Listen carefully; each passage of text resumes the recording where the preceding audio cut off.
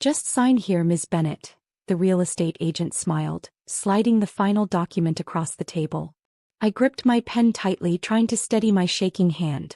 At 28, I was about to buy my fourth property, a luxury apartment building in downtown Seattle. But instead of feeling triumphant, my mother's words from 6 years ago echoed in my mind. You'll never own anything valuable, Sarah. Some people are just meant to be renters. The memory transported me back to that rainy Sunday afternoon in my mother's kitchen. 6 years ago. I'm thinking of buying a small condo, I announced during our weekly family lunch. I've saved enough for a down payment. The laughter started with my mother and rippled around the table. My sister Jessica nearly choked on her wine, while her husband Brad smirked behind his napkin. Oh, sweetie, Mom wiped tears from her eyes. With what money? Your little bookkeeping job barely covers your rent. I've been saving, I insisted. And I've started a side business doing financial consulting. Financial consulting? Jessica interrupted. You're just doing rich people's taxes. Mom reached across the table, patting my hand with condescending sympathy. Some people are born to own things, Sarah. Others, well, there's no shame in renting forever. Like father, Brad added, referring to my dad who'd left years ago, allegedly a failure at everything he'd tried. I pulled my hand away from Mom's. My business is doing well. I understand real estate investment and You'll never own anything valuable, Mom sneered, her amusement turning to anger. Stop embarrassing yourself with these ridiculous dreams. Look at your sister, she married well, lives in a beautiful house. That's how you get ahead. Brad's family money, you mean, I said quietly. The table fell silent. Jessica's face reddened while Brad suddenly found his plate fascinating. At least she's secure, Mom snapped. While you waste time with your little business schemes, playing at being an entrepreneur. Just like your father, all dreams, no substance. I stood up, my chair scraping against the floor. Thank you for lunch, Mom. I won't waste any more of your time. Sarah, don't be dramatic.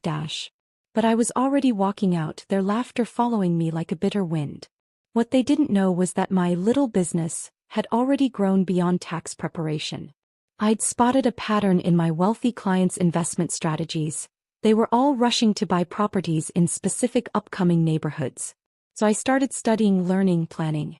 That night, I sat in my rented studio apartment, surrounded by market research and investment proposals. My phone buzzed with a text from Mom. Hope you're not upset about lunch. Just trying to protect you from disappointment. Some people aren't meant for big things. Love you. I turned off my phone and opened my laptop. On the screen was an email from my biggest client. Sarah, reviewed your property investment strategy. Brilliant analysis.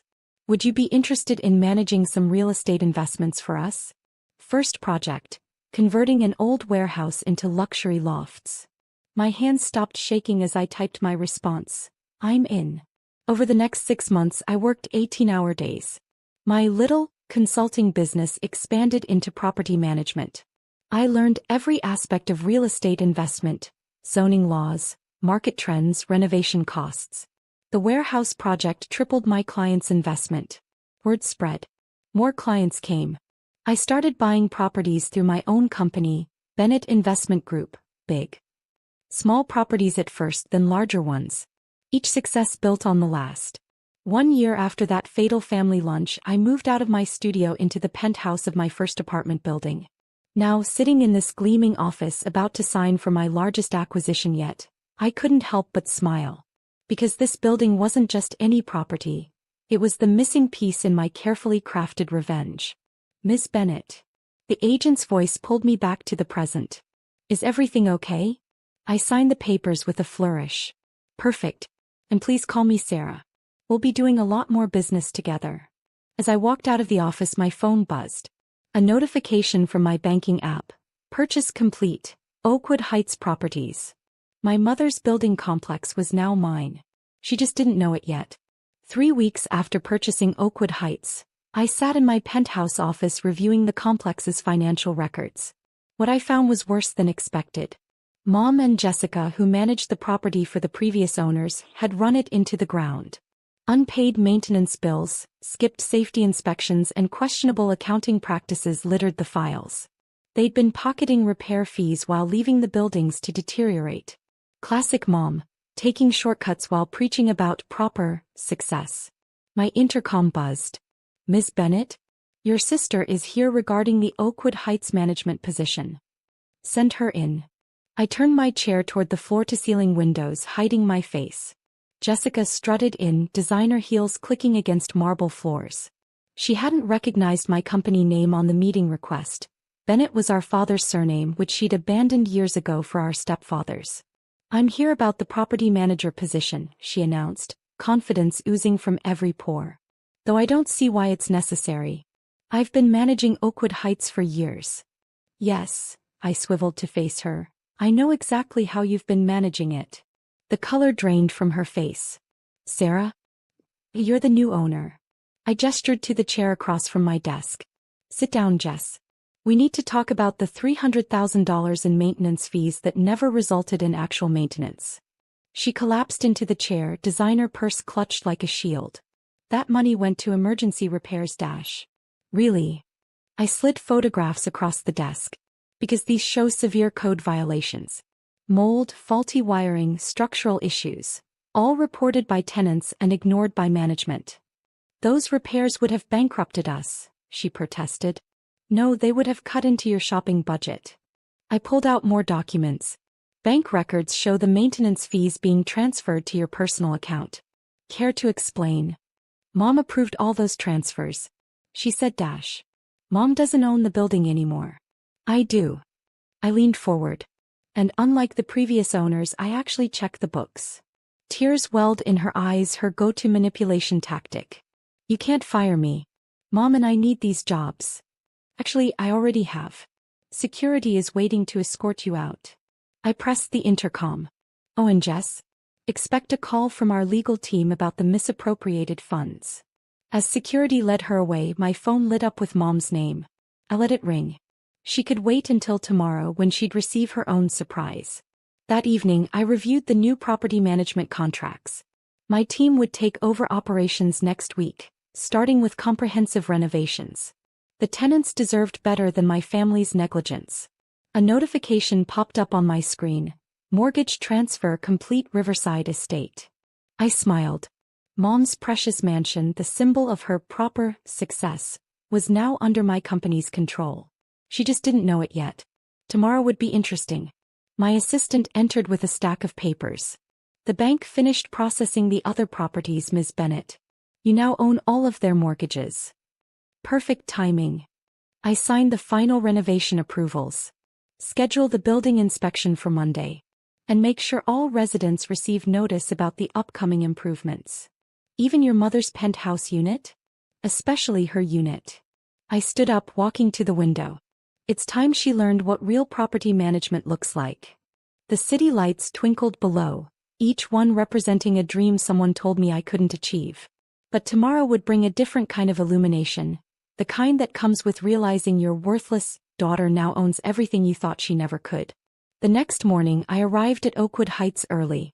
From my car, I watched Mom march into the management office, designer handbag swinging like a weapon. Right on schedule. 5 minutes later, my phone exploded with calls and texts. What is this letter? Call me immediately. Your sister told me everything. I waited another hour before walking into the building. Mom was still there, pacing the lobby, face flushed with anger. She froze when she saw me. You, she hissed. You're behind this? I smiled, adjusting my suit jacket. Behind what, Mom? The notice about new ownership? The maintenance inspection schedules? Or the mortgage transfer notification you probably received this morning? All of it. She thrust a handful of papers at me. This company, Bennett Investment Group, they bought everything. The building, the mortgages, even my house. How dare they? I dare quite easily, I interrupted. After all, I own the company. The papers fluttered to the floor as her hands went limp. What? Remember when you said I'd never own anything valuable? I bent down, collecting the scattered documents. Funny how things work out. She sank onto a lobby chair, designer outfit suddenly looking cheap under the fluorescent lights.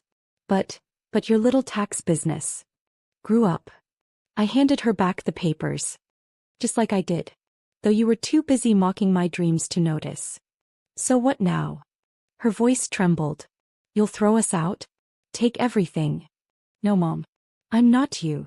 I pulled out a contract. I'm offering you and Jessica a chance to keep your homes with conditions. She snatched the document, eyes scanning frantically. Repayment plan. Maintenance compliance. Financial oversight. You'll pay back every dollar you stole from maintenance fees. Both properties will undergo complete renovations at your expense. And you'll take property management courses if you want to keep working here. This is extortion. This is business. I stepped closer. You taught me that some people are born to own things. Turns out you were right. I was born to own everything you thought I couldn't. Tears formed in her eyes, real ones this time, not the manipulative kind Jessica had perfected. Sarah, we're family. Family. I laughed softly. Family supports each other. Family believes in each other's dreams. You and Jessica? You're just tenants now. Better start reading those lease agreements carefully. As I turned to leave, she called out, your father would be proud. I stopped. Actually, he already is. What? Dad's been my silent partner since year 2. Those failures you mocked? He was investing in startups, building connections. When I showed him my business plan, he knew exactly which doors to knock on. The color drained from her face. All this time. He believed in me, Mom. That's all I ever needed, someone to believe in me. I walked to the elevator, pausing before stepping in. When, Mom? The renovation cruise starts tomorrow. I'd pack up anything valuable, assuming you actually own anything valuable. The doors closed on her shocked face. As the elevator rose to the penthouse that would soon be my new office, I thought about the journey that brought me here. From a dreaming bookkeeper to a property mogul, from being mocked at family lunches to owning their homes. Success, I've learned, isn't just about proving others wrong. It's about proving yourself right. And sometimes the best revenge isn't taking everything from those who doubted you. It's showing them that you can own it all, while giving them a chance to learn their lesson. My phone buzzed with a text from Dad. Proud of you, kiddo. Dinner tonight to celebrate. I smiled, typing back. Absolutely. My treat. I own this restaurant now too. Because that's the thing about being told you'll never own anything valuable. It makes owning everything feel that much sweeter.